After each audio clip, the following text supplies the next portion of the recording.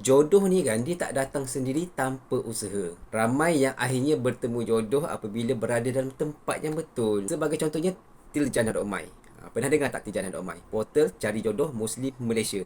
Kami dah bertapak dalam industri cari jodoh ni sejak tahun 2016 lagi dah.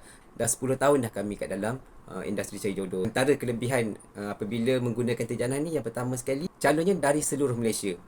Semua negeri ada, insya-Allah. Yang kedua, anda boleh tapis mengikut kriteria yang anda impikan. Nak pekerjaannya apa, nak berasal dari negeri mana, menetap dekat mana, tahap pendidikan macam mana, tinggi berat macam mana. Bolehlah tengok dekat portal. Yang ketiga, Tiljana.my ni memang mudah sebabnya hanya hujung jari. Ada handphone, ada internet, kemudian boleh sign up dan juga boleh upgrade kepada premium. Anda boleh aktif menjadi boleh berkenalan dengan seberapa ramai yang boleh.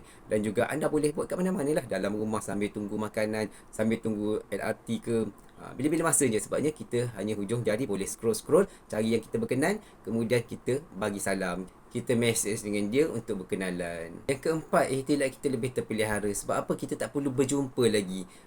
Anda cuma perlu ikut arahan dan juga panduan pematuhan syariat yang kita sediakan. InsyaAllah ihtilaf sangat-sangat terpelihara. Dan juga yang penting, jimat masa dan juga tenaga kita lah. Kita tak perlu jumpa seorang, pergi keluar makan, habis duit keluar kat situ, habis duit minyak kita belanja orang. Sebab apa kita nak berkenalan dengan seseorang? Tapi kat dalam ni kita berkenalan dulu, chatting, rasa macam selesa, barulah kita ke peringkat yang seterusnya. Kalau tak selesa, undur diri, minta maaf banyak-banyak. Kita rasa kita tak sesuai dengan dia, kita next, pergi ke calon yang seterusnya, sampailah kita jumpa yang sesuai. InsyaAllah dalam ni dah ribuan calon jumpa. Pasangan masing-masing dah bahagia, dah beranak pinak dah sebenarnya. Sebabnya kami pun dah 10 tahun. So mungkin ini masa untuk anda pula cuba. Okay, sign up sekarang Tiljana.my.